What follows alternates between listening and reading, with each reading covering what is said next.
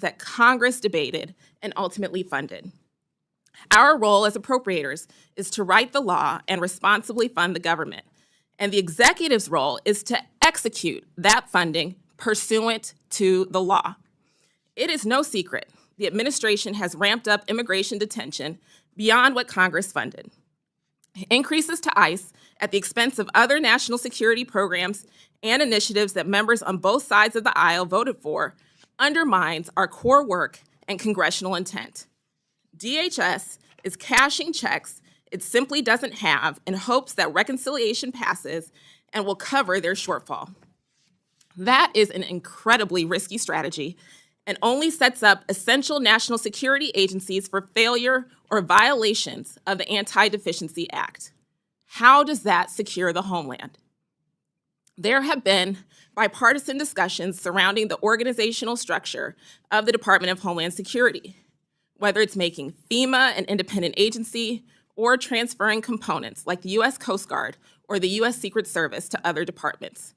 We will never shy away from discussions about how we can improve the department, but absent an enacted law from Congress making changes to the department's organizational structure, this subcommittee will continue to conduct oversight over all existing DHS components and provide for their continued funding in the Homeland Security bill. I know that there are many areas in this bill that share bipartisan support, and I am so proud of the relationship that Chairman Amodei and I have built. I know that even in this highly partisan environment, he and I are committed to welcoming ideas for how to improve the department and better manage the department. But the Trump administration's actions have pushed us to unprecedented and to a sobering moment. America is a democracy, not a dictatorship. In a democracy, we are organized around the rule of law, and those laws are based on a core set of constitutional rights. You may be familiar with the Bill of Rights. It includes the Fourth Amendment, which forbids unreasonable searches and seizures, the Fifth Amendment, which guarantees the right to due process, and the Sixth Amendment, which protects the right to a fair trial and legal counsel. As we endeavor to secure the homeland, we must continue to protect and defend the Constitution of the United States. That is not a secondary mission. Let me conclude and take a moment to recognize the dedication and commitment of the women and men of the Department of Homeland Security who carry out the department's vital missions that help protect the American people from a wide range of threats. Again, I want to thank the chairman for holding this hearing. Mr. Chairman, I look forward to working with you on a bill that reflects those shared priorities, keeps our country safe, and upholds our shared values as Americans. I yield back. Thank you, Madam Ranking Member. The chair now recognizes the chairman of the Full Appropriations Committee, Mr. Cole, for his opening comments. Thank you very much, Mr. Chairman. Before I go to my prepared remarks, I just want to say what a pleasure it is to see our former colleague here and how proud we all are of you, your success as a governor, your success in this administration in its opening days. I don't know anybody that's been more effective in less time than you have, and the men and women that you lead and clearly lead so effectively. So I just want to thank you so much, honestly, as a friend and a colleague, but somebody that really appreciates the public service that you've already rendered this country in multiple ways. We're proud of you. Thank you again, Mr. Chairman, and Ranking Member Underwood, thank you. Madam Secretary, we really appreciate you being here today. Let me begin by commending the brave men and women of this department who stand on the front lines each day to protect the homeland. Under new leadership, they've been empowered to fully carry out that fundamental duty. From day one, the Trump administration has made clear that protecting America is not negotiable, and this White House has taken immediate action to strengthen the security of our nation's borders and enforce existing immigration laws. The contrast from the Biden administration could not be clearer. Policies that allowed an open and lawless border have ended, and the message is clear. Illegal migrants, including violent offenders, will no longer have an open invitation. Criminal cartels and traffickers will no longer be enriched, and the safety of our citizens will no longer be put last. In less than 100 days, we've watched our southern border go from chaos to closed. The decisive actions and common sense measures of the Trump administration have led to an historic turnaround, driving illegal crossings to record lows and ensuring removal of dangerous criminals. President Trump and his cabinet, particularly you, Madam Secretary, have delivered on the promise to have the most secure border in modern American history, and our nation is safer as a result. It's imperative that investments for effective border security enforcement are strong, and I'm dedicated to working with the members on this committee and across the Capitol to ensure the department is properly resourced. Secondly, I appreciate that the DHS mission doesn't end here. Living in Tornado Alley, Oklahomans are no strangers to devastation caused by natural disasters. Even now, a slow-moving storm and record-breaking rainfall is responsible for significant flooding in my state that's already resulted in the loss of life and a state of emergency declaration by our governor. When state and local resources are exhausted, we do rely on FEMA to bring additional capabilities that save residents, remove debris, and help our fellow citizens rebuild. This isn't a partisan issue. It's one that concerns states regardless of politics. I look forward to a discussion on ways to reform FEMA and improve federal emergency response capability while eliminating inefficiencies and wasteful spending. Programs like the Building Resilient Infrastructure in Communities, or BRIC, grants have provided many communities with the means to mitigate the next disaster before it strikes, potentially saving taxpayers even more money. I support efforts like these that give local communities, including those in rural Oklahoma, resources to prevent further destruction. Madam Secretary, I know we're both committed to ensuring a safer and stronger communities across our nation. And thank you again for being here today. I look forward to your testimony. More importantly, just thank you for the job you're doing for the American people. The results have been spectacular and immediate, beyond, I think, what any of us could have expected. And that's in no small measure to the manner in which you've led. So we're grateful for your service. With that, Mr. Chairman, I yield back. Thank you, Mr. Chairman. The chair wishes to put on the record that I have received no requests from anybody in the administration, the minority, or the majority that I do an opening statement. Accordingly, I will not be doing one. Not unusual. Madam Secretary, without objection, your full written statement will be entered into the record. With that in mind, we would ask you to summarize your opening statement to within 5 minutes. But, gentlelady from South Dakota, the floor is yours. Well, thank you, Mr. Chairman, and thank you, Ranking Member Underwood, and members of this committee for giving me the honor of being before you today. As a former colleague of the House of Representatives, I recognize the important role that you play in oversight over the federal government and our agencies, and I'm grateful for the chance to come here and talk about all of the good work that the Department of Homeland Security has done, the employees and the people who walk alongside us each and every day to follow through on what President Trump has committed to the American people, and that is to make America safe again. Today, I'm very proud of the accomplishments that we've tackled, and we've delivered the most secure border in American history.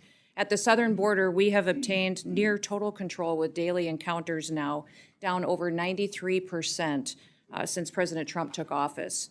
March saw the lowest number of border encounters in recorded history in the history of the United States of America at just under 7,200.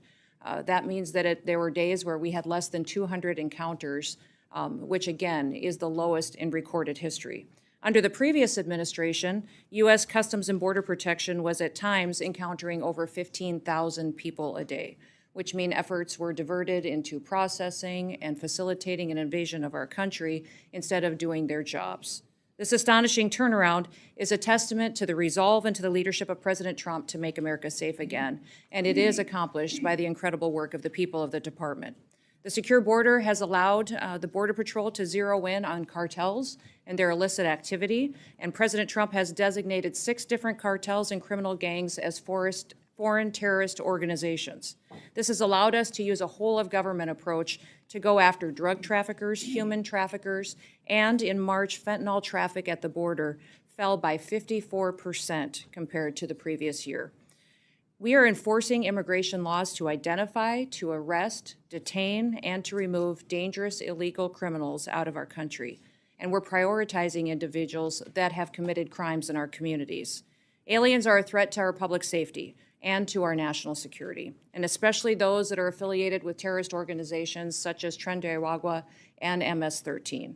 This includes those who have final orders of removal in place, are a priority for this administration. We've also worked with President Trump on his America First trade agenda through the U.S. Customs and Border Patrol actions and enforcement. The Biden administration hollowed out America's industrial base, and they shipped our jobs overseas. Well, President Trump is changing all of that. His actions are proving that tariffs are an effective negotiating tool to address trade imbalances. And in fact, companies are reshoring jobs here in America every single day. The Department of Homeland Security is reforming and rethinking federal improvement in our involvement in emergency response and management as well. President Trump recently announced new members to the FEMA Review Council, which I will co-chair with the Secretary of Defense. Now, this council is charged with fixing a broken system, and it is a system that will, when fixed, return power to state emergency management directors to make America safe again.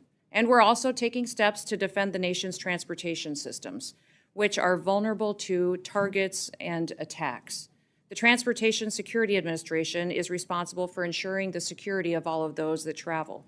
In a single day, there are over 45,000 flights and nearly 2.9 people travel on our airlines and our passengers in the United States. We're fulfilling our obligation to enforce and to launch Real ID in order to follow federal law that was enacted nearly 20 years ago. Validated IDs will secure travel, safeguard our elections, and make sure that we never experience and work to prevent a 9/11 attack again. As technology advances, so do the threats to our nation, and that's why cybersecurity is so crucial to our future. Countries like Communist China have both the capability and the intent to infiltrate and to potentially disrupt our critical infrastructure systems. The Homeland Security Department is responsible for 10 of the 16 different critical infrastructures. And despite these threats, the Biden administration instead used CISA to play politics and to police speech. Under President Trump, we've been working to get CISA back on mission and to make sure that they're focused on cybersecurity. Now, the Coast Guard is the only branch of our military and our U.S. Armed Forces that is under the umbrella of the Department of Homeland Security, and it has many different missions with specialized needs going forward. As we secure our southern border, the cartels have shifted their activities to our maritime borders, and the Coast Guard has already surpassed fiscal year 2024 in the amount of drug interdiction numbers that they have encountered, and they have also excelled at search and rescue and illegal interdiction. Since the Coast Guard is facing our greatest readiness crisis right now since World War II, we need to act to make sure they have the tools, training, and equipment that they need to be the tip of the spear in our national security response. We have a plan to reinvigorate the Coast Guard, and this is a critical component of our Homeland Security mission. Now, with Force Design 2028, which some of you may have heard about already, we will transform the Coast Guard into a more agile, capable, and a responsive force. And since I took office, one of the responsibilities that I have is reforming the Secret Service in the wake of the July 13th assassination attempt on President Trump. We have reassessed the Secret Service's needs. We've refocused recruitment away from what the Biden administration was prioritizing with DEI objectives, and instead bring people in with experience and with training that align with the agency's zero-fail mission. These accomplishments are just a portion, Mr. Chairman, of what the department has achieved in just 100 days. And with the support of this committee, we'll be able to make the department more efficient and more effective into the future. I want to thank Chairman Cole for his kind words. It has truly been one of my greatest honors to have been able to serve with him in his advocacy for the people in his district, but not just the people in his district, but the history to which he's represented the people of the United States. He's a true statesman that works across the aisle to come up with solutions. I'm so grateful for all of you, but I'm grateful for the people that work every day in the Department of Homeland Security. They are examples of bravery and dedication, patriotism, and perseverance. It's our responsibility to give them the resources that they need to meet the challenges of the day, to give them the training and equipment that they rely on to be successful for the American people. But we also have to remain accountable to the American taxpayer and make sure that we're spending money appropriately and where it should be spent to serve them the best. So thank you for the opportunity to be here today. And with that, Mr. Chairman, I look forward to your questions. Thank you, Madam Secretary. I'm going to hold off on my questions until the members have got done to see if some of them are duplicative. And so, Ms. Underwood, the floor is yours for questions. Thank you, Mr. Chairman. This weekend, the president made the remarkable statement that he, quote, doesn't know whether he has to uphold the Constitution. You, however, have taken a different position, both in your confirmation hearing and when you took the oath of office. You said that you were committed to complying with the Constitution. Do you still stand by that statement? Absolutely. I believe President Trump Excellent. as well. Let's start with Article 1, which gives Congress and only Congress the power of the purse. No money shall be drawn from the Treasury, but in consequence of appropriations made by law. But this administration is freezing, terminating, and even clawing back federal grants and awards that were already signed into law. These are taxpayer dollars that were appropriated by Congress for the specific purposes that we laid out. So, Secretary, let me ask you, do you believe the administration has the authority to subvert appropriations law to freeze and terminate congressional funding? The administration and the Department of Homeland Security used our authorities that we have to evaluate every grant that was in front of us and meet statutory requirements, but also to make sure that they were being spent appropriate. So, of What course, we the did through president these is within grants his was to authorities. make sure that Ma'am, this we is went my time. forward. Thank you so much. Of course, the president's within his authorities to drive policy decisions within the bounds of federal law and the Constitution, but that's not what you've been doing. What I'm asking is whether you believe you have the authority to ignore appropriations law.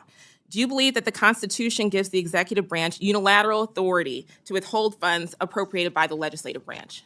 We have evaluated grants to make sure if they're being spent appropriately, and work that is underway and was authorized has continued.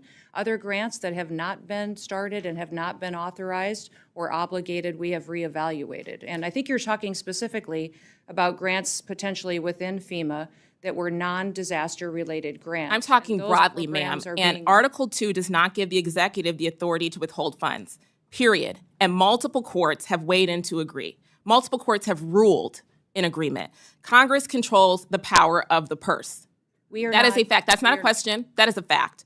And so if the president disagrees with certain spending, Congress passed the Impoundment Act to create a legal process to seek rescissions, and we expect him to follow the law. This administration is not just ignoring the constitutional power of the people's elected representatives. It is also violating the fundamental right of individuals. Do you believe that the Constitution grants everyone in our country the right to due process, including non-citizens? The administration has the authority to. Ma'am, look I'm at looking for a how yes or grants are no spent and question. to Yes or no? Do you believe the reappropriate them as yes, appropriate. ma'am? Do you, We have ma'am? not conducted in Reclaiming any my kind time, of Mr. empowerment. Chairman. Time is yours. Okay, Secretary Noem, I'm just looking for a yes or no here. Do you believe the Constitution guarantees due process to everyone in America? Due process is exactly what this Congress Yes lays out. or that no? it is, and Okay, the ma'am, tools I'll that take you that as give a us no. on due process Excuse me, is I'm afforded to. ma'am, I'm trying to ascertain your understanding of the law as it applies to your department, and you as its leader should be able to give us a yes or no answer, because judge after judge has ruled that the law is not being followed. Do you believe that the U.S. government has the authority to deport American citizens? No, and we are not deporting great. U.S. citizens. I'm so happy to hear that you do not believe that the law gives you that authority, because the federal government has no authority under U.S. laws to deport any American citizen. And as I know, everyone viewing this hearing today knows that several American citizens have been deported to haven't. date. That is not Secretary true. Noem, that was not a question. Secretary Noem, that oath that we both swore before taking office was to protect and defend the Constitution of the United States, not the president, not a political party, the Constitution. And that's what we're going to keep doing here at the Appropriations Committee. Thank you. I yield back.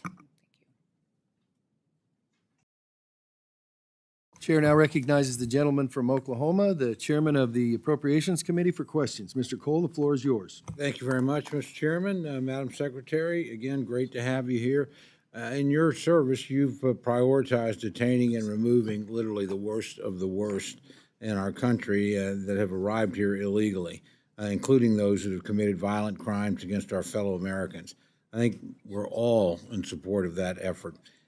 Can you tell us, and you may not have this information, I'm just curious, how many illegal aliens have committed serious offenses against our own citizens? Yeah, there are tens of thousands of illegal aliens that have committed crimes against individuals in this country, and we have worked very hard to make sure that those are the individuals that we're going after and deporting as soon as possible. There have been over 160,000 repatriations targeting these individuals, returning them back to their home countries and facing consequences and legal action because of that. President Trump has told us to make these individuals a priority and to also make sure that we're identifying those with final removal orders to remove. And overwhelmingly, the American people have supported this.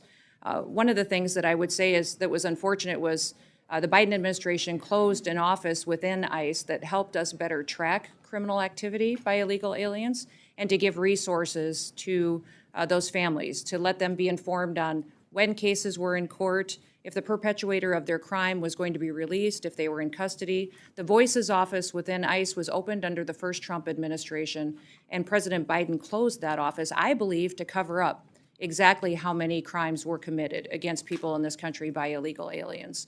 We have reopened that office. We believe that that data would be helpful, and they're continuing to work with people who have been victims of illegal crimes and illegal alien activity in this country. But those data and that information, I don't think we'll ever truly know how much crime was committed and how many were committed against American citizens because the Biden administration refused to track those victims and those crimes as they were perpetuated. Well, I commend you for reopening the office. Let me just as a quick follow-up ask you, and again, this may be information that is not readily available, but I'm curious if we know how many illegal aliens have actually currently have final orders for removal from an immigration judge, and we just haven't had an opportunity to execute those orders. Well, that is the challenge that we have, is that we have literally millions of illegal aliens that have overstayed or are here illegally that need to have a final order as issued. We have hundreds of thousands that are going out and targeted and being removed from this country today that ICE is working every day in coordination with all other areas of our government to get them removed from our country. But we do have a backlog because this was not a priority under the last administration. So we have up to 1 million cases that are backlogged that need to be processed by an immigration judge in an immigration court in order to make sure that we are having those final removal orders and that we can take action on them. I want to commend you. You mentioned your statement about pushing on the Real ID Act. I know that's not an easy thing to do, and I'm sure when the day comes, about 30% of the people, as I understand it, that travel still don't have that documentation. Amongst the things you have to consider are what kinds of IDs are acceptable. I would encourage you, as you do that, to look carefully at tribal IDs. I know certainly in South Dakota, but in Oklahoma, we have a lot of our citizens that use those as primary sources, and clearly they need to meet the standards you lay out. But whatever you could do in that regard to both keep those folks informed and work with them so they get into compliance would be very appreciated. We do, tomorrow is the day that Real ID will finally be enforced. It's been a law that's been in place for over 20 years. 81% of the travelers that travel by airline in the United States today are already compliant. So they have IDs that already they will be able to use just like they normally always have been. We will be honoring passports, other federally recognized IDs. Tribal IDs will be recognized. So thank you, Mr. Chairman, for that. And what will happen tomorrow is folks will come through the line and will be issue their ID and show it. If it's not compliant, they may be diverted to a different line, have an extra step, but people will be allowed to fly. We recognize that this is a security issue. Congress has had many, many years to reevaluate it and decide if they wanted to change the law or to stop it, and the Biden administration chose that it should go into place on May 7th, and we intend to follow the law. So we will make sure that it is as seamless as possible and that travelers will get to stay on their intended itinerary, but we are telling people that this law will be enforced and it will allow us to know individuals in this country who they are and that they're authorized to travel. Well, I'm about out of time, so I'm going to mention a quick thing and then probably submit it for the record so you have time to respond. I am very interested in the BRIC grants, which again we did pass when President Trump was there. Would love to be updated as you figure out how you're going to reform those, but they have been extraordinarily valuable, I think, to communities. And like all grants, they can be used correctly or misused. I don't have any problem with evaluating things, particularly in the last frenzied days of any administration. Sometimes a lot of stuff slips through that you wish hadn't in retrospect. But please know that there's strong bipartisan support for that program, as there was when President Trump, introduced it and signed it into law back in 2018. So love to know more when you can about your plans to reform those grants, but hopefully keep them operating. You bet. Thank you. Thank you very much. Thank you, Mr. Chairman. Yield back. Thank you, Mr. Chairman. The chair now recognizes the gentleman from Texas, Mr. Cuellar. The floor is yours. Thank you, Mr. Chairman. Madam Secretary, it's good to see you. I was going to show you, but I think the rules don't allow me to show you just something because I just want to talk about basics, but hopefully we can sit down later and I can show you what I'm referring to. Want to talk about some of the basics. I live at the border, lived all my life there. Want to talk to you about river roads. I want to talk to you about Carrizo cane technology that's needed, aerostats and cameras that are not working and some infrastructure. Basics that are needed for border security. My area, Laredo, it's the largest inland port, bigger than LA, bigger than any other place in the country. We get 18,000 trailers a day. We're about to expand from 8 lanes to 18, plus another bridge. We got 2 of them, 2 rail bridge. So trade is very important to us. But when we talk about illegal crossings, we've been the second lowest crossing in the country, and we still are out there. I think right now, latest numbers, 30 people, maybe 40 people a day coming through my area, which is almost nothing. So thank you for that. River roads, the river roads, and I wish I could show this just to show you, but the river roads go this way. Let's say the river's here. The river roads, the roads go this way. So Border Patrol can go here, but they can't go across. So what we're asking is for river roads to follow the river itself, and I think that would be a big investment, a good investment that we need. So one is the river roads. The other thing is the Carrizo cane. The Carrizo cane, I know you got some folks from people that are very familiar, but the Carrizo cane will grow almost the size of this. And it's not good for Border Patrol. I think Tony Gonzalez and folks that are from the border understand, we ought to get rid of that Carrizo cane on our river, but get the Mexicans to do that. I'll show you the maps, and I know you've been out there, but it shows you the Carrizo cane is on both sides. If we can clear that up, get the Mexicans to do that, that will be good for Border Patrol. So river roads, Carrizo cane, technology in my area, only 1/3 of the cameras are working, and if you ask some of the other Border Patrol, they're not working. Basically, they're using the RVS, which is an old model. They're trying to get the AST towers where more better to use, or whatever technology. But this old technology is like going to a car and you fix it, and they keep coming. The same thing they're doing right now, they keep bringing folks that are coming in to fix it up. 1/3 of the cameras are working, 2/3 are not working. That's not right. Procurement process needs to be better so they can move faster to buy that technology. And finally, there are dead spots. Even now, with the modern technology, Border Patrol can be in certain areas and dangerous areas, and they don't have the technology and radio that's working. Aerostats, the military has a lot of them in surplus.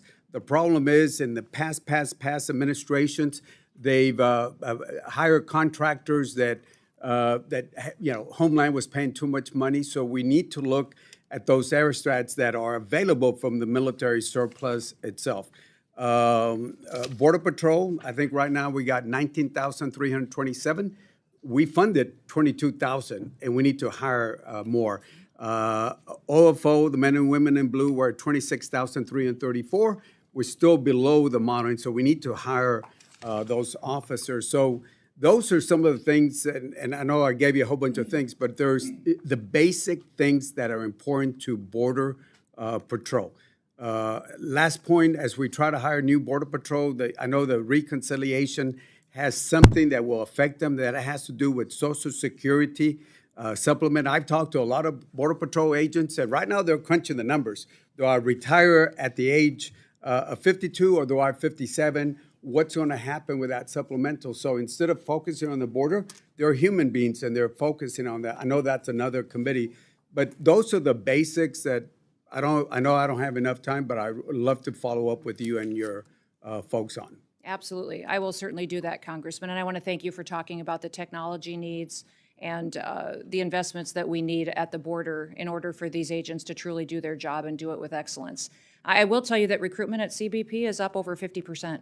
So as we've allowed them to go back and to do their jobs, we have had more and more interest in people, more applications coming in, and I think that's a fantastic trend, that as people talk about how discouraging it was over the last several years by them not having their hands tied, that now that they actually get to secure the border and work for the American people, that they're recruiting more and more help to be assisting along the way.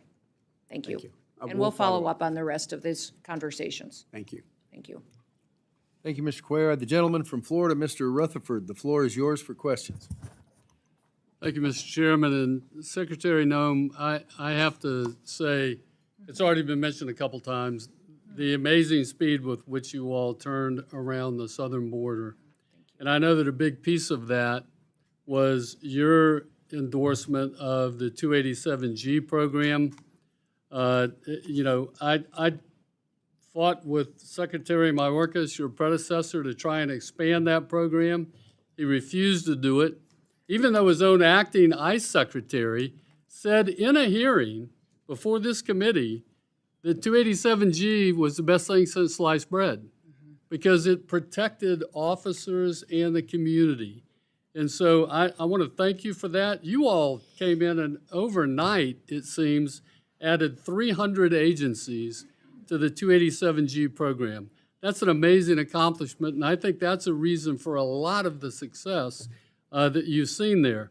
In fact, my own agency, where I had started 287G back 15 years ago, we were part of Operation Tidal Wave, and just great success in Florida with all the sheriffs and chiefs coming together. 1,120 illegal aliens taken off the street, 63% of which, Madam Secretary, actually had criminal arrests and convictions prior to that. So two questions about 287G. Number one, what can we do to help you get more agencies involved? And number two, what do you need from the standpoint of technology? You just mentioned the technology. What can we do to help you get those agencies trained and the technology that they need to get into those databases so that we can actually run these 287G programs, which are better than sliced bread, at top efficiency? Yeah, well, thank you, Congressman, for talking about this program, because it is incredibly important to our strategy of having the enforcement that we need to really address the criminal activities that we've seen out on the ground. 287G is a partnership between our officers, ICE, CBP, that brings everybody to the table. It's an agreement that's signed with local law enforcement or state law enforcement that allows us to operate in a task force model to go out and make sure that we're having more bodies, more people a part and backup of these operations on the ground going after dangerous criminals. We have today, I believe, 598 agreements out there across the country, over 6,200 different officers that has brought alongside of us to work alongside of us to protect our communities, and they've done incredible work. You referenced what was done in Florida on Operation Tidal Wave. Those 1,120 dangerous criminals are off the streets now today, and they are people that were here illegally, broke our laws, and now they are having the opportunity to face consequences and to go home to their home countries. I would say that we're looking for more agreements like that across the country, and we'll continue to build on it. What Florida did by having a whole of state approach is what we want to build out and model in every other state as well. And we've had partnerships from the DEA, ATF, DOJ, state highway patrols. We've had, obviously ICE, U.S. Marshals, CBP, local law enforcement, cities, county sheriffs. People who've committed their whole life to upholding the law and having the scales of justice apply equally to everybody are a part of this team. And it has been wonderful to see people jump in and be a part of it to make sure that we have not just the authorities that we need to go out there and to work, but also to have the local knowledge and the people in their community that really want to be a part of the solution and making them safe again. Well, we look forward to continuing that. I want to ask very quickly, I don't have much time left, but I want to ask about these recalcitrant countries that, we have 1.2 million deportation orders out there that are waiting for these countries to take them back. I was shocked under the Biden administration that Secretary Mayorkas claimed he couldn't send them home because they wouldn't take them. But now I understand that now that you're in charge of DHS and the Trump administration and State Department working together, that there's been some change in that. And can you talk a little bit about how that's going? Yeah, so the Department of State is the entity that negotiates travel documents and the ability to repatriate people back to their home countries. And they've done phenomenal work in giving us the opportunity to do that. There are some countries that are still refusing to take their own citizens, and I would reiterate that every single country has a responsibility to take their citizens back. And that has always been something that has been an international common sense agreement that has existed. Many of the countries today, even as they are working with us, aren't taking their citizens home very quickly. They may limit us to 1 or 2 planes a week. Mexico had a limitation on us for quite a period of time, even a limitation on what kind of aircraft we could use. And so working with those countries is a diplomatic job that consistently needs to be stayed on top of. So many times while we have people that are brought into our facilities and ready to be returned home, getting those travel documents and the permission to return them to their countries is incredibly important. Thank you very much for getting them out. I see my time's expired. I yield back. Chair recognizes the gentleman from Hawaii, Mr. Case. The floor is yours for questions. Thank you, Mr. Chair. Madam Secretary, I appreciate your rosy report on the Department of Homeland Security. I have a different view on where the department is today and where you, and by you I'm going to refer to the President, the administration, and you as Secretary, are taking it as reflected into your actions and budgets, not just in your words. But I think it's important that we start by some points of agreement. First of all, I think you would agree, I hope you would agree, that the 270 or so thousand members of the DHS workforce, if that's what the figure is now, and we Yep, would it's like to posted. find out what the figure is at some point, spread across your 22 departments, all deserve our praise for their dedication, for serving our country every day, and they also deserve our professional respect. I think we would also agree that the efforts to legally reduce illegal immigration and illegal drugs of the past couple of years across our borders are paying off and should be continued. So I agree with you on those things. Overall, however, and focusing on the budget, because this is the Appropriations Committee, what little you have shown us thus far of your FY 2026 budget, it looks like you are definitely overfunding some efforts, mainly for messaging purposes, at the expense of some other efforts that are really critical, such as cybersecurity, disaster prevention and mitigation, transportation security. And you're using budget gimmicks to misdirect and conceal your intent. On your budget gimmicks, you claim a 65% increase in DHS's overall budget, targeted at the border, drugs, and the Coast Guard. But all of that increase or more is loaded into your separate reconciliation bill. You have essentially, for this purposes of this committee, level funded DHS and loaded all of the extra money into reconciliation. First of all, aside from completely sidetracking this particular committee, which is supposed to be doing that funding, you should know, if you don't already, that this is not an appropriate use of reconciliation. It's intended to maintain the illusion of responsible budgeting. It certainly is holding needed DHS increases, which many of us would support in other situations, hostage to your overall reconciliation plan of continuing tax cuts for billionaires and slashes in critical programs like Medicaid. So the question I have, and it's a rhetorical question since I'm making a statement here, is why don't you just come into this committee and say it straight? We need a 65% or more increase in DHS to actually protect our national security. Your increase is also heavily skewed to the border, generally and CPB specifically, some 20 billion, all of it in reconciliation. And nobody disputes that CPB needs help. I've been to the border 3 times myself. I've spent time with the agents, and certainly personnel and equipment costs are necessary. But a question that I have from an oversight perspective is, if you are claiming such success at the border, which without spending all of this extra money, which you're now asking for, do we need to do that at the expense of other programs? And I mean the non-personnel stuff. You're also loading half of your reconciliation increase into the U.S. Coast Guard, $21 billion. And everybody agrees that the Coast Guard needs help. It's critical in the Indo-Pacific, where you have actually withdrawn from the Indo-Pacific, which I think was a tremendous mistake. Why don't you just ask for that in your base budget rather than trying to hide and extort it in reconciliation? Your budget also ignores and even attacks other critical functions of DHS, the Cybersecurity and Infrastructure Security Agency, or CISA, which I think we would all agree is critical to direct national defense, but also civilian infrastructure, which is the most exposed right now, and the reliance of foreign countries on our expertise to help them with their cybersecurity, and yet you propose to reduce CISA by 20% in your base budget. And I don't think that you can claim that that's all somehow Biden misdirection.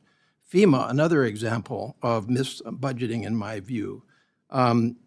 You, first of all, collectively have directed very incorrect and outright mean criticism at FEMA, which is just undeserved by FEMA. And it's time to put the political campaign behind us and acknowledge that FEMA is doing a good job. They did an outstanding job on Maui, and I sat with them on Maui when they were trying their very best and did their very best while their president was criticizing their work. We don't need this, and further, we certainly need to fund them adequately. Transportation Security Administration, same basic observation, a critical agency which you have not adequately funded. So fundamentally, my time is running short. Obviously, this is a critical agency. It deserves to be led responsibly and transparently. It deserves to be budgeted for transparently and responsibly. And until we get there, I do not feel safer under your leadership at DHS. Well, thank you, Mr. Chairman. If I can respond quickly. Thank you for your comments, and I'd like to respond to you. If I don't have time today, I will in writing or in answers to other questions. But we have focused on making sure that we're going forward with a Department of Homeland Security that focuses on what our mission is, and that is to secure America's homeland and do that while being accountable to taxpayers. So every single component I have, 23 different departments, we have gone back to their mission statement on what they were intended to do and put them back on mission.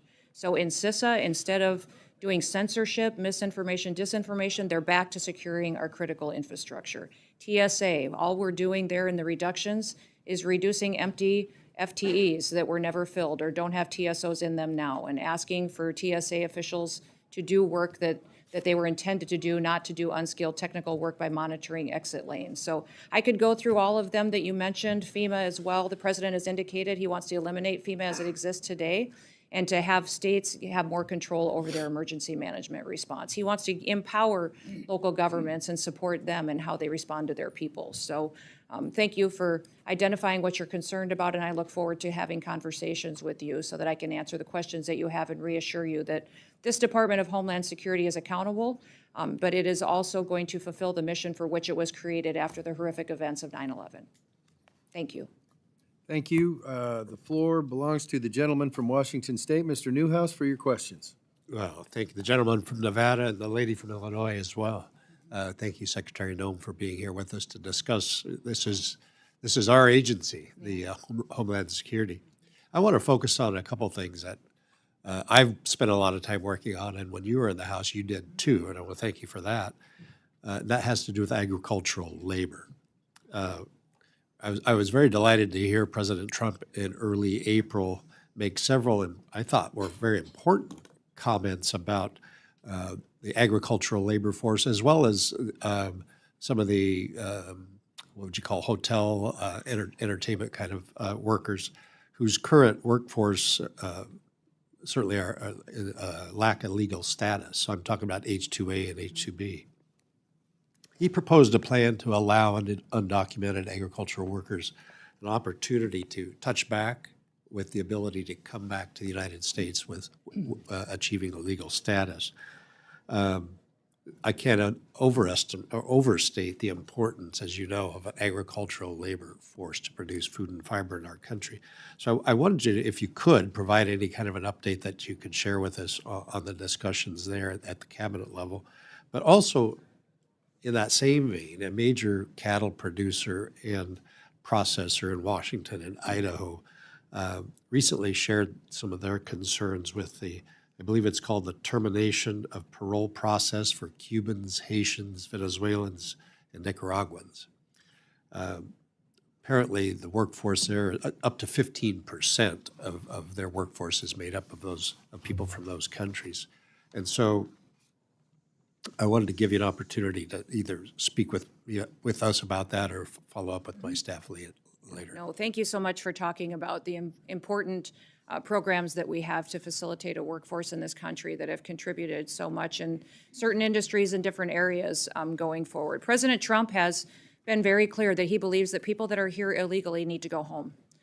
He has backed that up with his policies that you don't get to come into this country and have the law apply to some people and not others, that the scales of justice should apply equally to everyone, and that individuals who are here illegally need to face consequences for that and go home. I think one of the reasons that you've heard us recently talk about self-deportation is because our preference is that the individuals who are here illegally self-deport. We will facilitate purchasing their plane ticket and a stipend once they return to their home country, so they have the opportunity to do exactly what you talked about by touchback. They have the opportunity to come back to America then and to do it the right way. They will face the consequences for breaking our laws originally, but we want everybody to have the opportunity to be a part of the American dream. If individuals who are here illegally wait until we have to go out and find them, arrest them, deport them, spend up to $17,000 by getting them back home to their home countries, President Trump has been very clear. They will never get the chance to come back. So I would encourage everyone in this country that is in these industries to proactively tell the story. That's why you've seen us aggressively carrying the message to people that the United States is now following the law, that we are now securing our borders, and that we're getting people out of our country who've broken our laws. But if you do work with us, that you will have the opportunity to come back. Those visa programs are ones that we continue to have discussions with the administration, with many of you on. There's some latitude given to the Secretary of the Department of Homeland Security, but I will remind you that Congress consistently maintains the authority to determine how many are issued in this country and if they are issued into the future. And so we always will follow that as that goes forward. And as you talk about the importance of what the work we do at the Department of Homeland Security, I know that working with these folks that are in these different industries, that we will continue to have those conversations with all of you. When we talk about different policies that the department is following, many times it's Congress, it's the House of Representatives and Senate who sets the policy that we are following and gives us the authority to do and take the actions that we are. Okay, very good. Look forward to working with you Yes, more thank on that. And just in the short amount of time I have left, the harbor maintenance tax. Yes. A lot of countries are essentially bypassing that, bringing goods, importing them to the United States through either Canada or Mexico, and foregoing and paying any kind of tax that way. In your, certainly we have a lot of illicit drugs coming through. We need to get a handle on that as well. But in your testimony, you highlighted the importance of the CBP enforcing tariffs on imports, and this seems to be an appropriate place to put a lot of time and energy. I'm going to, just so you know, I'll have some legislation here shortly addressing this kind of stuff, but I wanted to draw your attention to a lot of the efforts that other countries are going through to avoid paying that tax. Yeah, thank you for pointing that out and for talking about it in this committee hearing, because I think a lot of people don't realize that that's one of the factors that we're dealing with too at the federal level, is having other countries unfairly manipulate their processes to avoid paying what is due to the American people. Since President Trump has been in office, CBP has made 21 different enforcement actions on tariffs. So they've put in place that many adjustments and changes to other countries as goods and services come into this country. and have done it with excellence. I'll remind everybody that CBP is the oldest law enforcement agency in the country and has collected tariffs for many, many, many years. And so they have adjusted and done well with President Trump negotiating with these countries to finally treat our consumers and our country fairly when we've been so mistreated in trade agreements in the past. Well, thank you. But that is a part of the discussion that the president continues to have with these other entities that have manipulated that. Very much appreciated. Thank you, Mr. Chairman. The gentlelady from Texas, the floor is yours for questions. Thank you, Mr. Chairman and Madam Ranking Member. Secretary Noem, thanks for being here. Appreciate it. I'm proud to represent my border community of El Paso, Texas. Born and raised there, third generation border resident. My kids are fourth generation. I have a lot of questions, and I've structured them in a way that they should be simple yes or no. So I'm going to ask that you please respond as simply as possible so I can get through as many of my questions as possible. My first question is, when the Department of Homeland Security makes a mistake, will you assure this committee and Congress that DHS, that you will acknowledge that mistake, take accountability for it, and rectify it, most importantly? Yes. Thank you. And I'll follow back up with that question. I want to first, one of the first topics I want to talk about is what President Trump said recently: homegrowns are next. And I'd like to enter into the record an NPR story. Homegrowns are next. Trump hopes to deport and jail U.S. citizens abroad. I was happy to hear your acknowledgement that that is not legal, but I am curious about the reconciliation bill and the appropriations requests that you will make. Will any of the funding, either through appropriations or through reconciliation, be used to execute this policy idea of Donald Trump's, which is deporting U.S. citizens abroad? We have not deported any U.S. citizens, and so that false media narrative that you've heard out there just simply isn't true. Well, what I would say. So my question, yes or no, will comes the to reconciliation or and the appropriations dollars be that- used for that? The reconciliation dollars that we've asked for is $175 billion that will be focused and is reflected But in yes what the or no, president will it be released. used for those purposes which we are- Donald Trump acknowledged We're is going a to continue to use the policy? authorities and follow the Constitution to Okay. implement All right, policies that will make reclaiming my sure- time. I'd like to now focus on U.S. citizens who were deported. In fact, 3 children so far, likely more children. One of those children with cancer who was deported without the medication necessary to address that child's cancer. Again, a U.S. citizen. The lawyers have said that they were not given, the family was not given an opportunity to make plans for the kids. And so they were deported, essentially, again, U.S. citizens. I have a question about the forms that ICE is supposed to utilize when engaging with parents who have children, the parents who are being deported, and the U.S. citizen children. One of those forms is ICE Form 71-078, or the Caregiver Designation at Arrest form. Were any of the individuals who were deported, who had U.S. citizen children deported with them, were they given an opportunity to sign that form? When these, the specific cases that you're referencing with these children, it was the parents' choice to take their children with them. Did ICE Which it is the follow policy of through the on the Trump policy? administration to keep families together. Ma'am, That is what we have ma'am, continued reclaiming to my do, is time. that I these told you at the children, top of this, their ma'am, parents took- ma'am, reclaiming my time. I said that the questions are really simple, yes or no.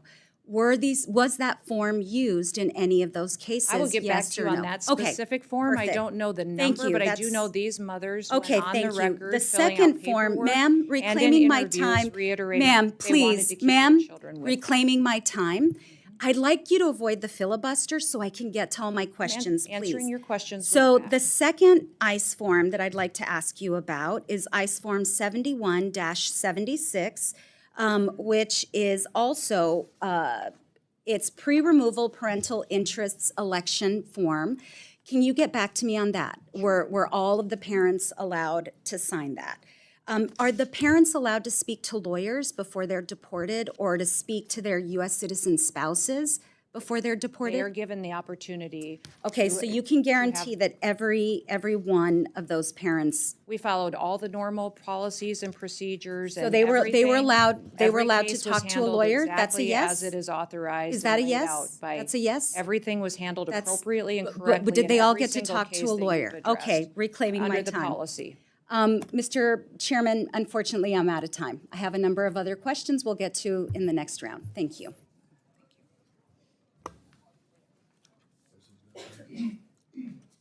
Gentleman from Arizona, Mr. Siscomani, the floor is yours.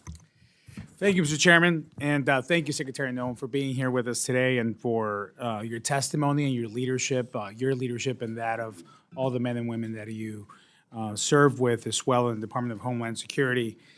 Like you, I come from a border state, and though the northern and southern borders are vastly different, I know you understand firsthand the challenges that our communities at the border face, as well as the value that they bring also to our states and our region. The security that this administration has been able to deliver to our southern border is, in such a short period of time, is astounding. And so well appreciated by those who live and work in these communities. I know I hear it all the time. This is the number one feedback I get from my constituents regarding the results that we've seen from this administration, and your leadership has played a key role in that, so thank you. In the district that I represent, which is much of the Tucson sector of Border Patrol, we have historically seen high numbers of gotaways. I understand there have been around 65,000 gotaways this fiscal year. What resources or what resource investments for both technology and infrastructure are you planning to make, and how those will be reduced in numbers for the future? The gotaways, of course, are troubling. We've seen a lot of the reported numbers come down, but these gotaways, that's I know it's a key issue for you as well, and a focus. So on that, and then particularly, could you speak onto the technology that we'll be using in these rough terrain areas like southern Arizona, which is so different from other border areas, including my friends in Texas. When you go to Arizona, it's just broad terrain, rough, some areas, hard to even build any kind of barrier or wall. So technology plays a big role there. Can you speak to that? Yes, thank you so much for talking about the fact that as we've secured our border and as we've addressed the challenges and in the areas of the southern border and northern border where we saw a lot of folks crossing illegally, and we've put more resources in those areas or what was necessary to really follow our federal law and keep American people safe. We've seen that some of the traffic has pushed to other areas, maybe areas that weren't well-traveled before, and now gotaways are trying to take advantage of that. They also have pushed heavily towards the maritime borders and out into the waters. The Coast Guard is seeing much more traffic. They're also seeing the cartel activity out there of trafficking of drugs and human beings and technologies that they're having a difficult time keeping up with. The Coast Guard has been neglected for many, many years, and they don't have the airframe, and they don't have the cutters to keep up and even to manage and maintain the horsepower needs that they have to catch and interdict some of the smuggling activities that are going on. You referenced some of the rough terrain and what we need to do as far as CBP and investment on this border. Frankly, we're going to use the latest and greatest technology that would be available to us as far as surveillance equipment, cameras, satellite images when possible, and also the Aerostar, like Congressman Cuellar was talking about, some of those technologies in areas to help those vulnerable areas have more eyesight, to truly know what is crossing there so that we can interdict it before it comes into our country. I would talk exclusively, too, about how we've been able to diplomatically work with the country of Mexico. President Trump's strong leadership has helped Mexico be more proactive than they ever were before, too. And so in my conversations with government officials, they've indicated to me there could be as many as 500 to 600,000 illegals that never reached our border because when they got to Mexico and heard that our border was closed, they turned around and went back. So a combination of solutions is needed. You absolutely have to have a president that cares about keeping us safe. We now have that in President Trump, but also making sure that we have the people and the equipment necessary for CBP and for ICE to do their job, but then the technology which you referenced, which is needed. We have scanners that we need at ports of entry so that we can scan our shipments, our rail, and even our air freight. Much of that, we don't necessarily know what's coming in containers and small packages. Those technologies are critically important, and why you see a request in increase in funding to address those challenges that simply were neglected for too long under the Biden administration. Excellent. Thank you so much for that. You know, you mentioned the diplomatic conversations as well. I think that's something that doesn't get enough attention of the power of strong leadership in the White House now and the reaction of not only Mexico, but the rest of Latin America on this. I think that's key, and we want to partner with Mexico and other countries on this. With the little time that I have left, do you mind just speaking of the morale of the agents and your efforts on recruiting and retention? I think that goes hand in hand with the technology piece as well. Yeah, the morale of the Department of Homeland Security agencies and departments and the employees that work there is fantastic. We have incredible numbers in recruitment, people who want to be a part of the agency that are signing up and submitting applications. I referenced earlier that CBP has over 50%, I believe it's 54% increase in recruitment. ICE as well, maintaining and excelling at its recruitment efforts and getting officers and people who want to be a part of the team or coming out of retirement. We have the Coast Guard is at 108% increase of its recruitment. People that understand the mission and they want to be a part of the many different skill sets that the Coast Guard can bring to partnering with our military departments, but also going out there and helping at the border and continuing on with their search and rescue mission. And then you look at the Secret Service, because of the recruitment efforts that we've had in putting those agents back on focusing, hiring expertise, hiring experience, instead of DEI programs, the Secret Service recruitment is up almost 200%. The applications we've gotten have been fantastic by telling our story and that they can be a part of an agency that protects the most powerful in the world. It truly has been inspirational. So I believe that some of the narrative that the Democrats have used to attack the Department of Homeland Security just simply isn't true. The people that are wanting to come and work for us are inspirational and they're true Americans. Thank you for that. Chairman, I yield back. Gentleman from Texas, Mr. Gonzalez, the floor is yours for questions. Thank you, Chairman, and thank you, Madam Secretary, for being here. I hope you know how committed this committee is to working alongside you and the President to get this done. I mean, here we have the chairman of the full committee sitting throughout the entire duration. So this is just the first of many things. I want to thank you for making your first official trip as secretary. You went to the border, right? You went to Del Rio in my district, and you saw it firsthand. You're not new to this as governor. You were very active along that. So on that note, I want to get your opinion on states being reimbursed for some of the fundings, particularly Texas. What are your thoughts on Texas being reimbursed for some of the funding that we've had to pay for this? Yeah, it's been incredible, the partnership that Texas has put together with the federal government and how they stepped up so many times when the Biden administration did not secure our border. Texas filled the gap. And when I was governor, I deployed my National Guard there to facilitate and help as well as did other governors in the country, and did what we could to get by until we had a new president that truly cared about keeping America safe. There have not been any decided decisions on reimbursing states, but I know many of the governors have asked for it, and we've appreciated their help. And so that's an ongoing conversation with every new agreement or new ask we have of states. If we're asking them to commit to the 287G program, seeing what we can do to help meet their financial needs is incredibly important. If it's asking the National Guard to step up or even past spending that they've incurred, I know that President Trump is appreciative of the efforts and the partnerships and wants to continue those conversations. Yeah, representing nearly half of the southern border, we've been ground zero for it. And Texas, but it's not just Texas. I mean, you mentioned your home state. Everyone has really pitched in a big way, and it's not fair. For the last 4 years, a lot of our states have been on our own and had to pay out of pocket. I think it's a great opportunity for the federal government to reimburse some of these states. I'm certainly committed to making sure Texas gets reimbursed for some of the funding we've done along the border. I'll tell you what, it was very difficult to get anything out of your predecessor every time he came before this committee, other than lying to us and saying the border was secured when we know it wasn't. One thing that we did get out, last year I submitted a letter to the ICE director asking him how many convicted criminal illegal aliens were in our country. And this is what I got back. This is literally part of his response. Your letter requested the number of non-citizens on ICE's docket convicted or charged with a crime. As of July 21st, 2024, there were 662,566 non-citizens with criminal histories on ICE's national docket. That was nearly a year ago. Do you by chance have any updated numbers on how many convicted criminal aliens we still have loose in the country?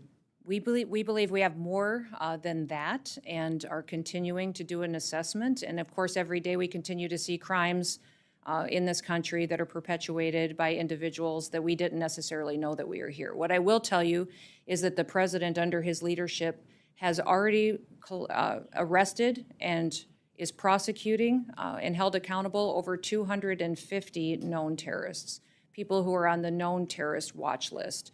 We have over 65,000 individuals that just ICE alone has arrested that are criminal aliens that are being held accountable for their crimes in their communities.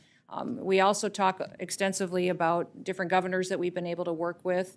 Many of them have people within their facilities that have committed crimes that they've been arrested, and they're holding and detaining them.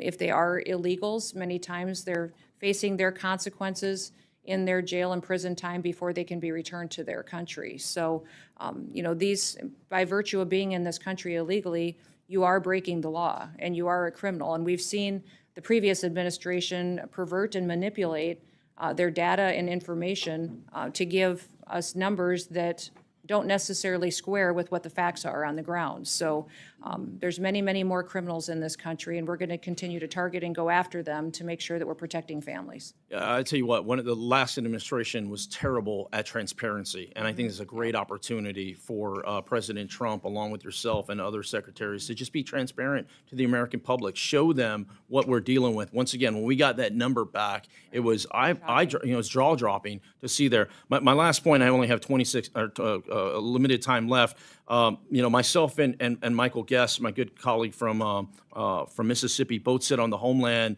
authorizing side. We've been working very hard through reconciliation. One of the things that I would highlight for you, we talked about many things, is infrastructure, in particularly checkpoints. Checkpoints not necessarily along the border, but in our interior, both at the southern and the northern border, I think are very, very important. Please don't lose sight of that. In Eagle Pass in particular, that checkpoint is way outdated for the amount of traffic that's been in there. I'd flag that for you. Look forward to working together and chatting more on how we build this out. Absolutely. Great. Thank you. With that, Chairman, I yield back. Gentleman yields back. Chair recognizes Mr. Guest from Mississippi. Thank you, Mr. Chairman. Madam Secretary, first I want to thank you, the men and women that you serve with, for the incredible success that you have been able to accomplish in just a short period of time.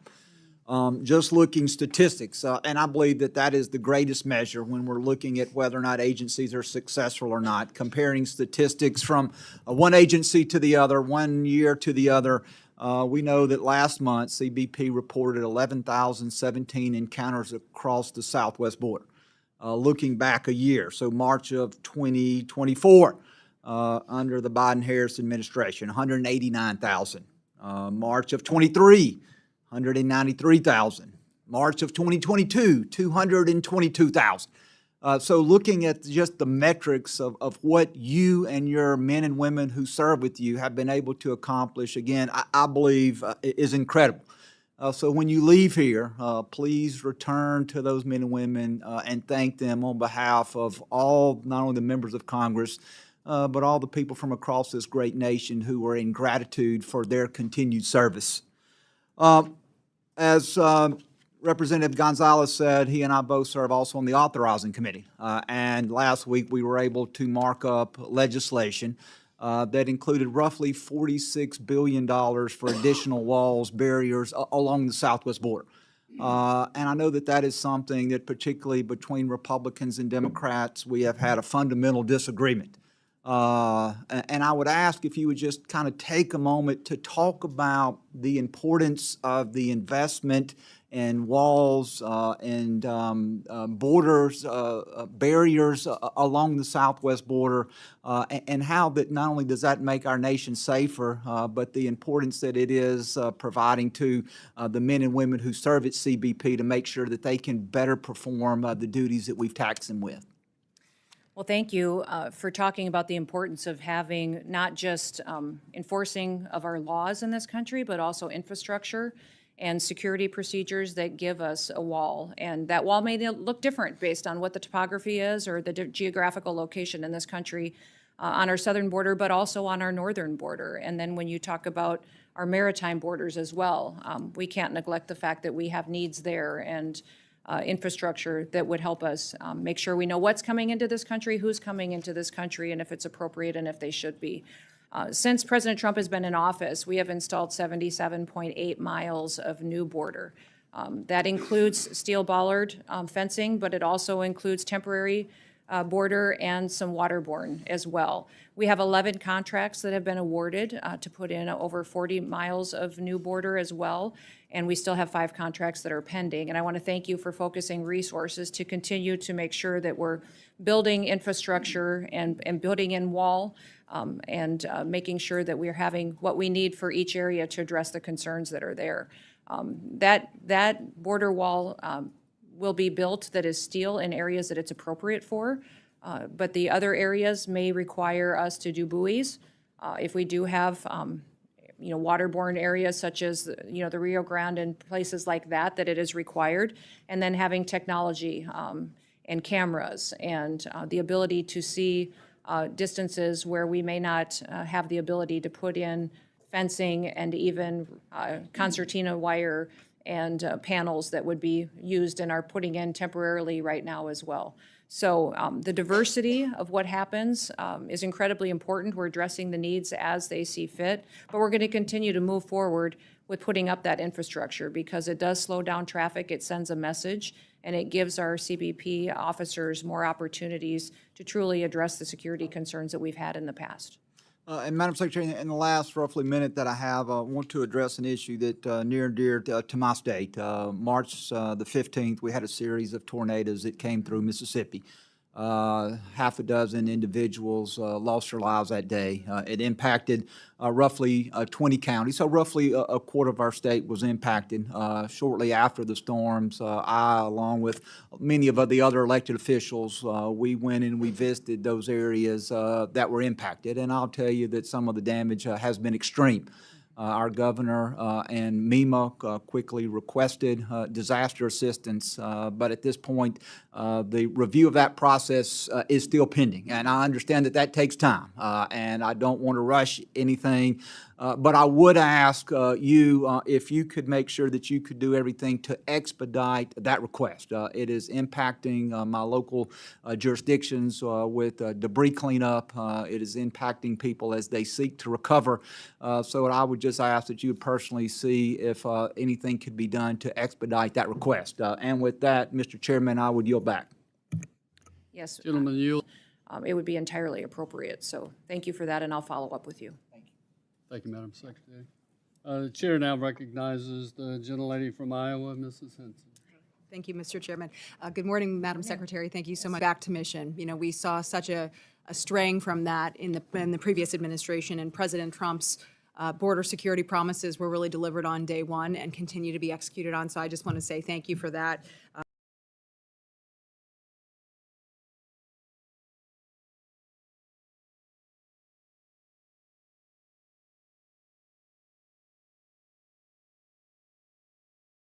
Homeland. No new laws, but we have a new president and a new secretary, so I want to say thank you. Pushing the Biden administration's $4.7 billion Southwest border contingent, bankroll those failed policies and sanctuary cities doing their bidding.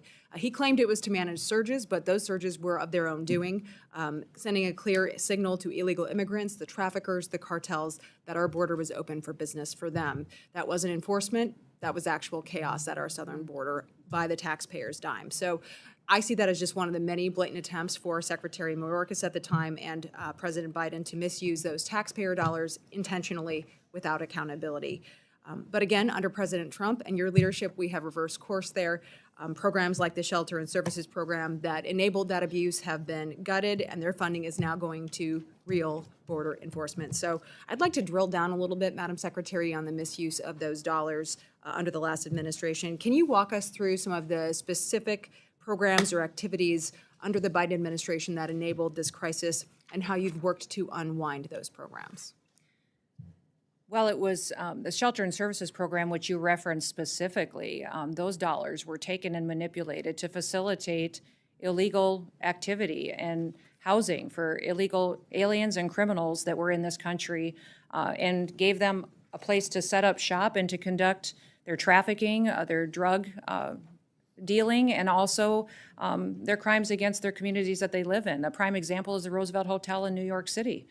Filled with hundreds and hundreds of illegal aliens, many of them criminals, part of foreign terrorist organizations such as TDA, and in fact, Laken Riley's killer stayed there, and paid for by the American taxpayer, courtesy of Joe Biden, and those who supported him and his leadership in this country. That's what we're working to address, is to make sure that those dollars are no longer continue to be used in such a manner, and that programs like that have been misused are used for ways that secure this country and really follow through on what the mission of the Department of Homeland Security is. And that's to keep the American homeland safe and secure and to protect our communities. We have many of the grants and different dollars that we have out there being reevaluated. We're also utilizing several different programs and working with other different cabinet secretaries to make sure that our housing programs, our food assistance programs, our shelter services programs, even programs within other agencies, that if people are illegals and that it wasn't people who took advantage of those programs or to have access to them, that was ended. That no longer was this president going to allow money to be diverted different than what was authorized to be utilized to facilitate people who are in this country illegally. Do you see as necessary to making sure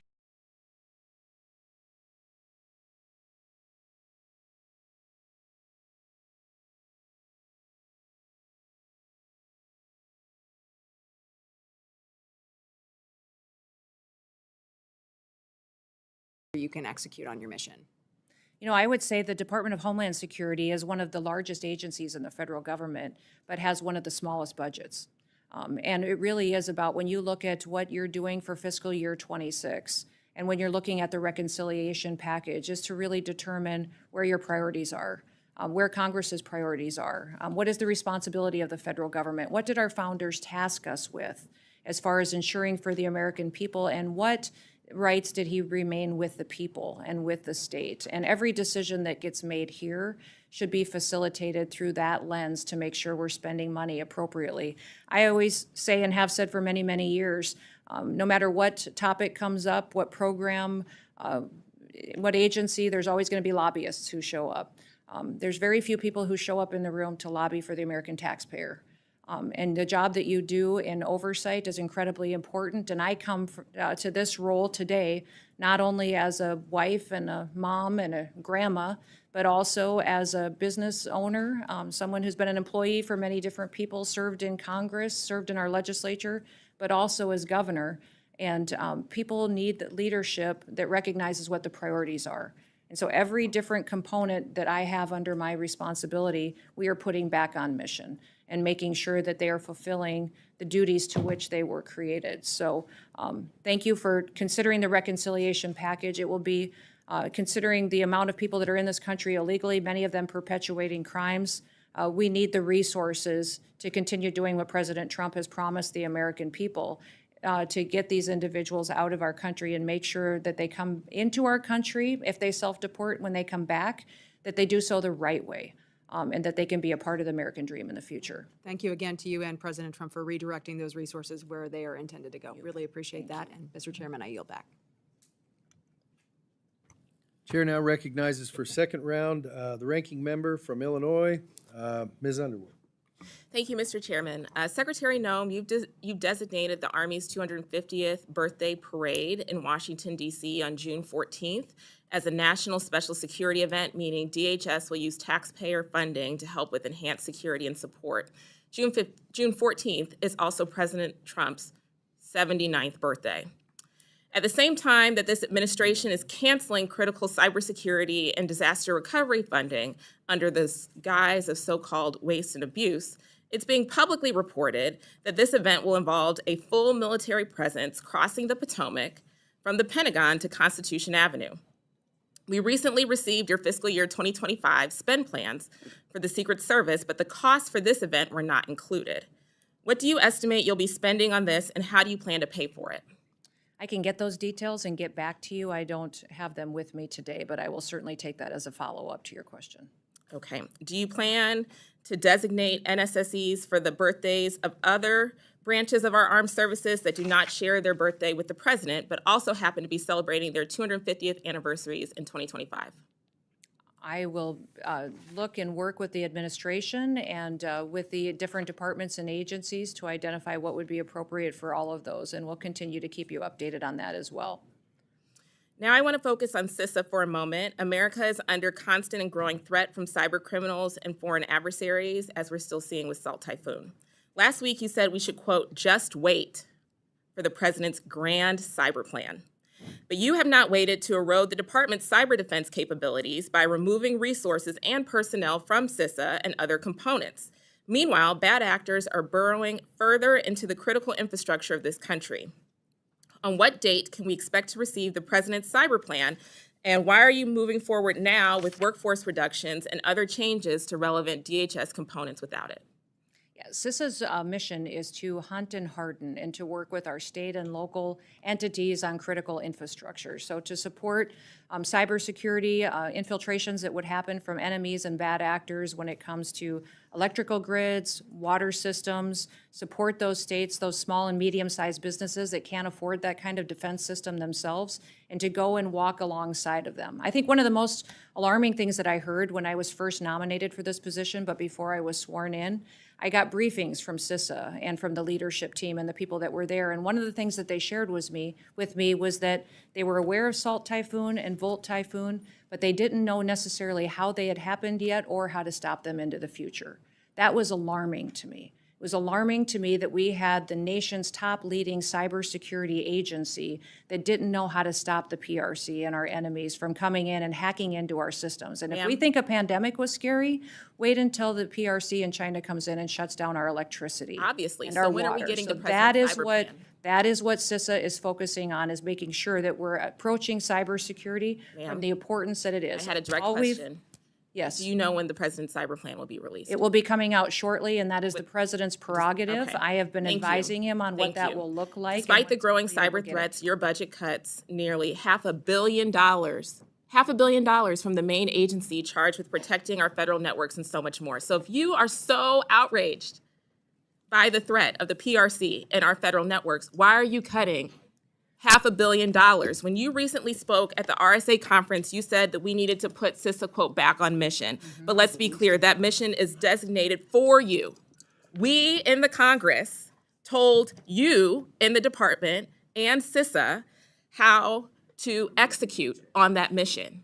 And you all have been moving money away from CISA, and that does not help achieve that mission. Lastly, Secretary, as a nurse, I have always prioritized taking care of the health of our DHS workforce and giving them the tools that they need to do their jobs, not just physically, but mentally.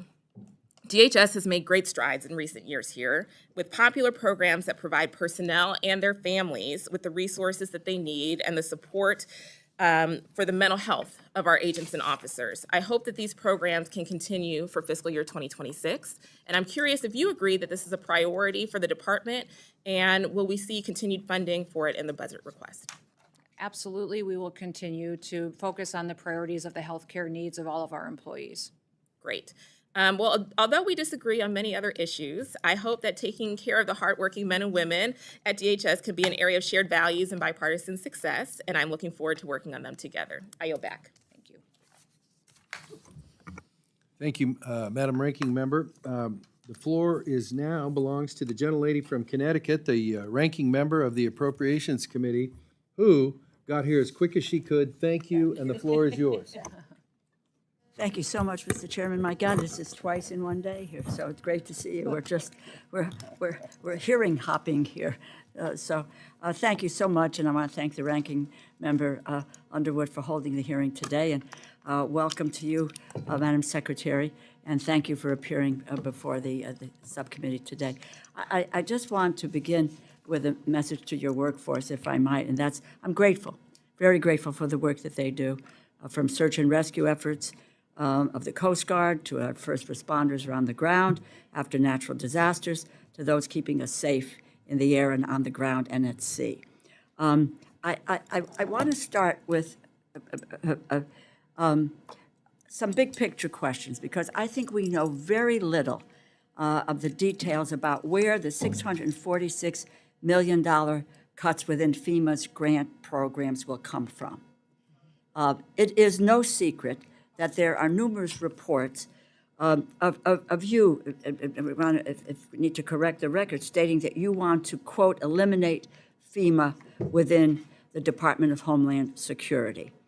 I'm concerned about the direction that the administration is taking with regard to FEMA, canceling programs like BRIC, a program enacted into law by President Trump in his first term without any evidence of waste, fraud, and abuse, alongside the freezing of grants, and now 2026 budget requests targeting even more of FEMA's resources. And right now, in terms of looking at the cancellations, the Science and Technology Directors, Centers of Excellence, and Office of University Programs, as I mentioned, the FEMA-administered grant programs frozen virtually all grant obligations pending a review as it determines whether it will try to choke off funding for unacceptable political reasons. Resources for states and communities to respond to disasters, secure firefighting equipment, protect against terrorism, secure our ports, and much more is being held up. And as I mentioned, the cancellation of the BRIC program, funding to support hazard mitigation, reduce the toll of future disasters, save lives. That money's not going out. Research has shown mitigation efforts like BRIC save a minimum of $6 for every dollar invested and save more than double when including mitigation of economic impacts. So federal disaster relief should be readily available across the United States, regardless of where you live. Natural disasters happen everywhere. They should not be concerned about the federal government turning their back on them when they need the help the most. We need to give constituents what they need when they're facing tragedy, that they will not be stranded due to political discord. My ask of you is, what is your plan with regard to FEMA? Are you planning to eliminate FEMA? Your testimony references that you want to, quote, eliminate dysfunction of the current agency. I'm unclear, I don't know if my colleagues are clear on what you mean by dysfunction. And I'm concerned that you're causing more dysfunction within the workforce that should be preparing itself for the pending hurricane season. Well, thank you for your question and the discussion on this topic today. President Trump has been very clear since the beginning that he believes that FEMA and its response in many, many circumstances has failed the American people, and that FEMA as it exists today should be eliminated and empowering states to respond to disasters with federal government if you'll just, support. with all due respect, where is the evidence of the failure of FEMA? I don't know about everybody else on this. My state, Connecticut, was hit very, very hard with Superstorm Sandy. Every community in some way or another has been hit by that. And the FEMA on the ground, people come in, work with the families, deal with getting the funding out. Where is the evidence of the failure of FEMA? Congresswoman, we still have claims open from Hurricane Katrina. We have fire claims that are still unpaid to people who said they were due them 7 to 8 to 10 years old. They have never been paid by FEMA.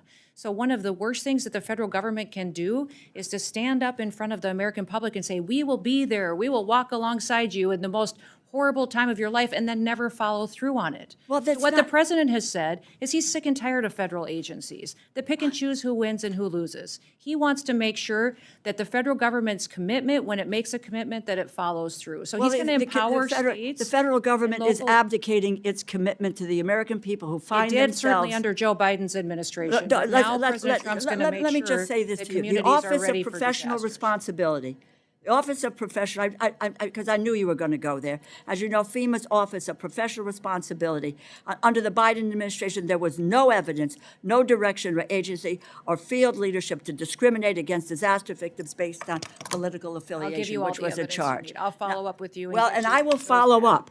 I will follow up, and I follow up with my colleagues, quite frankly, and to really listen to people whose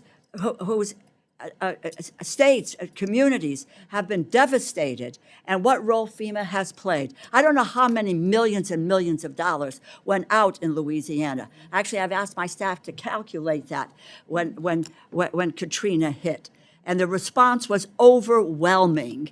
And the response has been overwhelming. If you want to make corrections, that's fine. We all agree with that.